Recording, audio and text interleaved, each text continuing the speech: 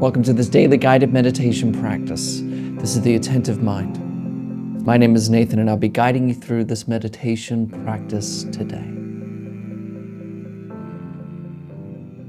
Find yourself a seated position.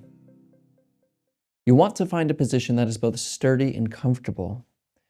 You don't want to be distracted by your body because you're sitting in an awkward way, maybe sitting on your foot or your back's in a strange way. That can just be an unnecessary distraction during the practice. So you want to find something very comfortable. You also want to find something sturdy. Having a sense of stability just kind of calms the vagus nerve. It gives us a sense, and the body a sense, that we are here to stay. We're not about to go up and get something else done, or we're doing this for some future reason. We're here to stay for this moment's sake. So sitting in a chair achieves those goals. You can sit in a formal meditation posture, of course, or you can even lie down if you really need to. Just don't fall asleep. Find what works for you. We also keep our eyes open during this practice. But it's really up to you. If you feel more comfortable practicing with your eyes closed, go ahead and close your eyes. No hindrances are here. But if your eyes are open, leave the screen alone and drop your gaze gently down below you, kind of looking at the floor or the desk or whatever is just below you. We're not staring or analyzing anything, but we're also not zoned out and blurry. We have a gentle gaze directed softly, yet clearly downwards. You're in a comfortable and sturdy position, and your eyes are either closed or open, gaze directed softly, yet clearly downwards.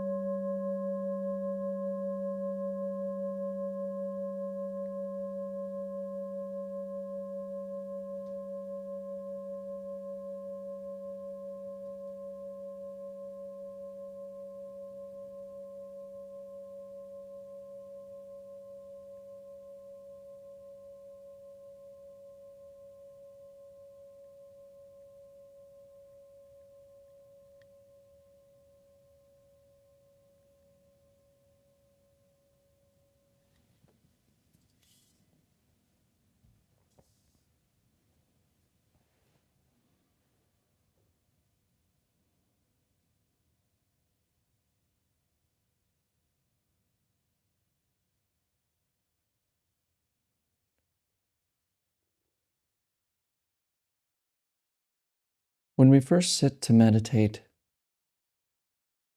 it's important to begin with allowing things to be as they are.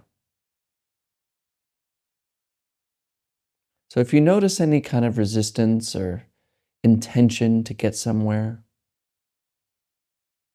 some hidden goal of trying to make a change in your life, or anything like that, disregard it. We're not gaining, achieving, becoming, or anything like that. We are simply allowing what already is.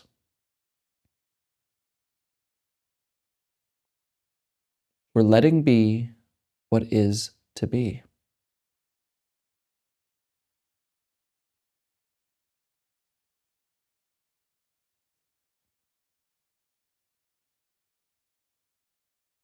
So whatever is showing up for you right now, including the sounds around you, body sensations, thoughts, fantasies, whatever, allow it to arise.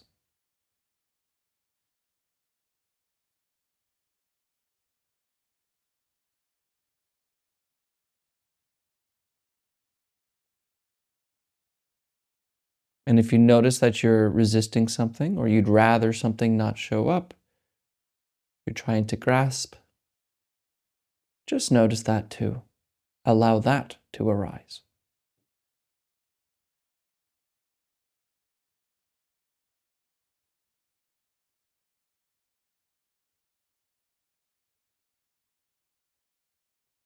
There's no right or wrong here.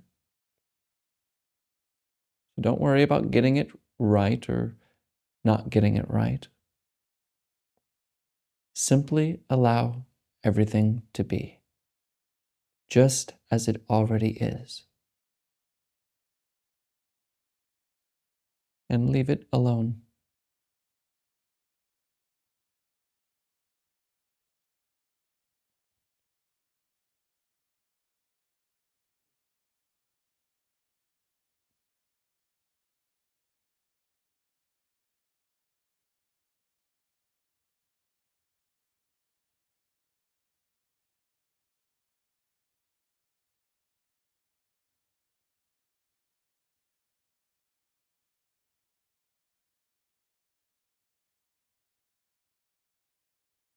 And of course, you may notice how difficult this can be,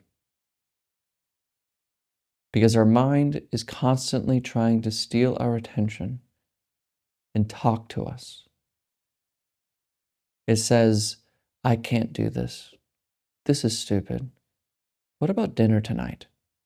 I don't like this. Whatever it is, it keeps talking.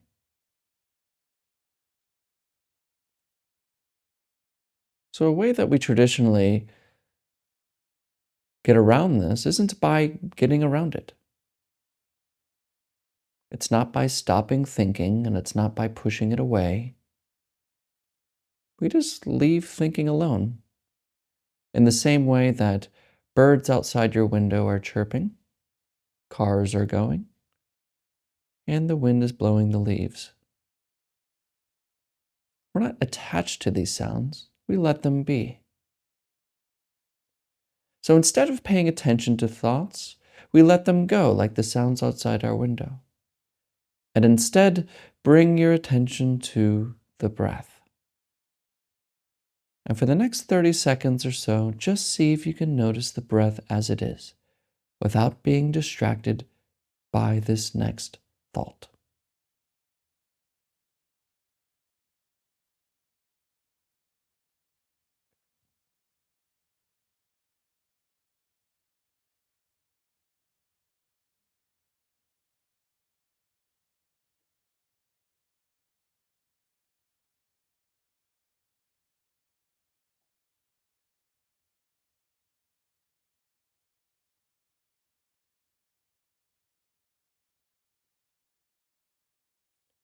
And if you're normal, I'm probably catching you thinking right now.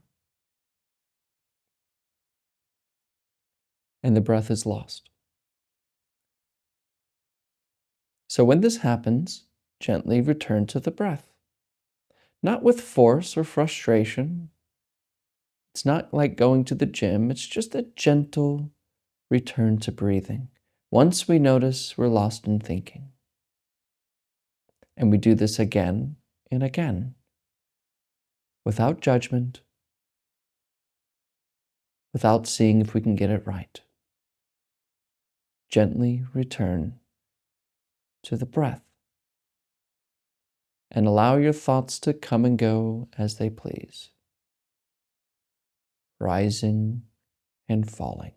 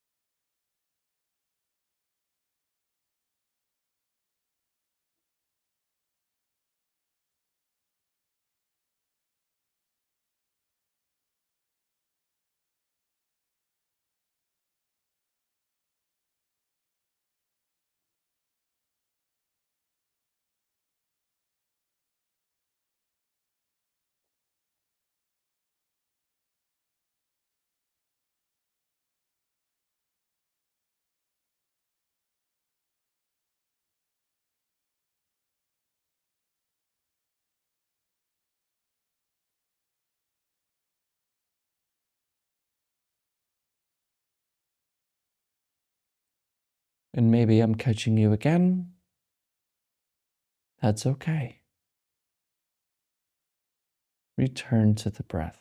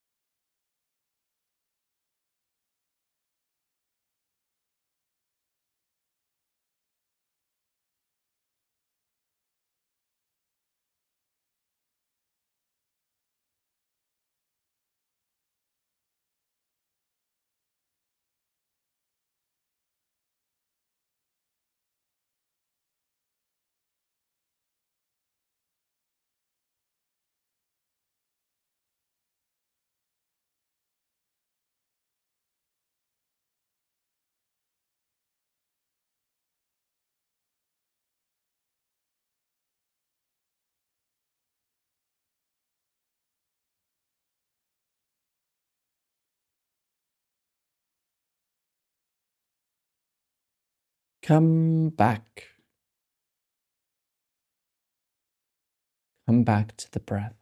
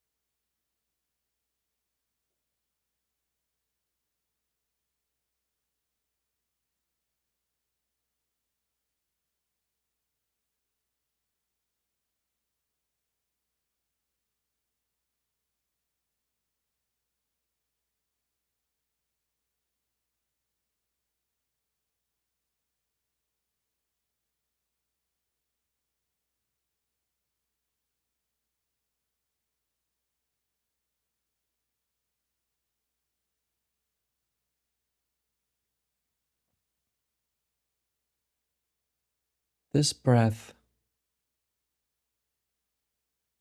here and now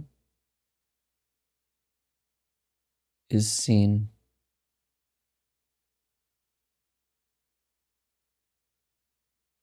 Now, instead of trying to pay attention to the breath, see if you can now include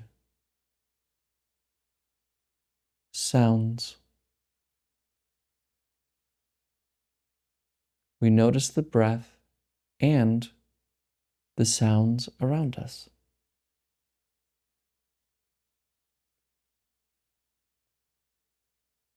And see if you can not make a distinction between the two. Just a pattern of sensation with sound and the breath, as if they were completely one and not separate.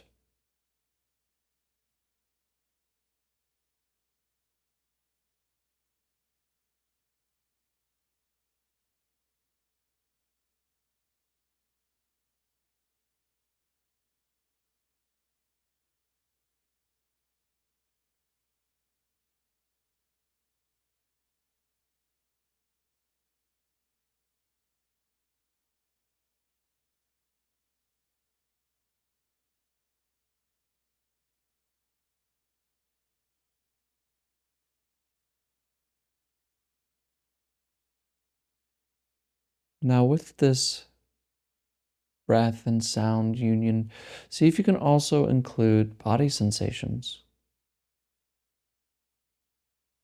Just the feeling of your body as a whole, along with the sensations of breathing and along with sounds, just as one experience, undifferentiated, uncategorized.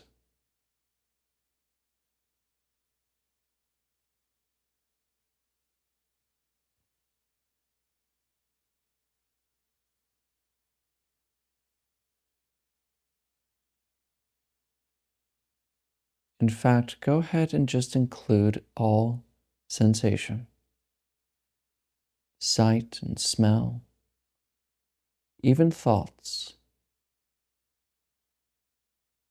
In other words, notice experience as experience alone, without naming it. Without naming it feeling, sound, sight. It's just this.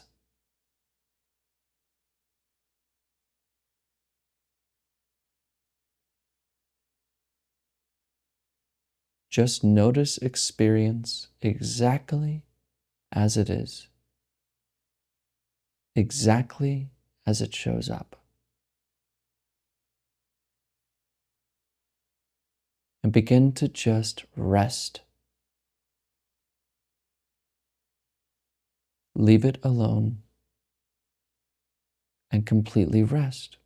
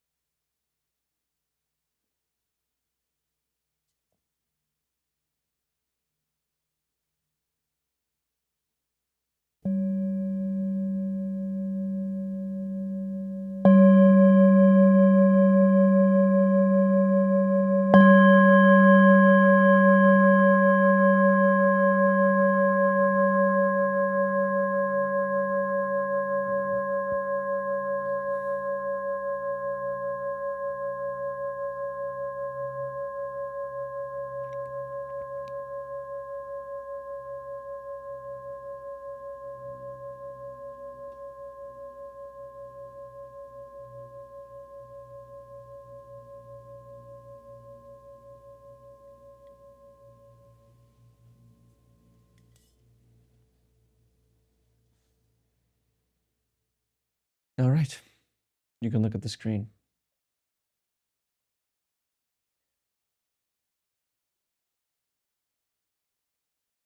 You know, often this practice is sorely misunderstood, unfortunately.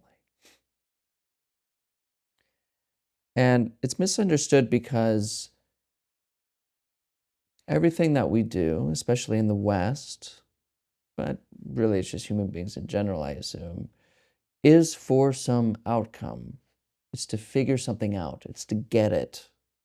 And then maybe you look online and you hear about stories of enlightenment and people getting this pure wisdom of selfless nature, and you want that.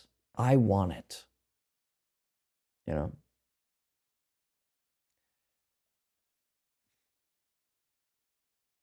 But that very wanting, that very striving is part of the problem, because it perpetuates the belief that what we call the world is real. Now, I know you may have heard this before, especially you're in the spiritual meditation circles.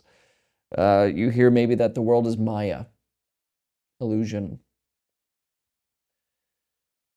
And what this really means isn't that like stuff like this and all that is, you know, cars and people, and you see this video, the screen you're looking at is all fake in some sort of matrix thing.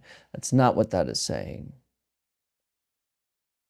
It's the world that we call the world that we name, the world of ideas and concepts. The idea of the world is conceptual. That is an illusion, in a sense. Conventionally, yes, we have a world and we interact with people. There's different names and things that we have to do in order for communication. That's real. But in reality itself, it's all just ideas and concepts. In fact, the word Maya comes from this Sanskrit root matra, M-A-R-T-R-E or M-A-T-R-E. I get that wrong probably. But it means to measure. Maya is the world that is measured. And to explain something is to lie out in a plane, linear. These are words and ideas. And the world we live in is this world of ideas. We say, I'm a human, I'm in a world, that's a building, that's a tree, that's down, that's up, and it's all dual. And we confuse that named world for reality. It's like Adam and Eve named everything, right? In the story of the Bible. But then everyone else forgot that we've done so. So what is the world before names? That is the real world. Can't even call it world. So when we say muktak, that kind of hurt, but muktak, this, what is this? Muktak is a sound that comes out of this mouth. It's not this. This is it. It's not even a this. That's a concept. So when you practice, you're waking up from this world of ideas. It's like going to the restaurant and eating the menu thinking that you're actually eating food because we're so bamboozled by the words in it. And most of us live that way. We confuse the menu with the reality of the food. Or it's like confusing the map of Florida with Florida itself. Looking at a beach on a map is not the same as walking in the sand. And that difference is how we live. We live in the world of ideas and thoughts and worries and problems in my life, your life, not you. I don't like this. I want to go here. My dream, so I don't want this. What the hell's wrong with me? All of that is the map. It's not the territory. It's not this moment. So when we learn to just leave that alone, leave thinking itself alone, the conceptual machine, we wake up to reality as it actually is. And it's not special, it's ordinary. But it's like coming home and waking up from a bad dream. So practice, it's utterly important to practice. so we no longer become confused and bamboozled and tricked by the world that isn't there. Thank you for your time today, and as always, without exception, I'll see you tomorrow.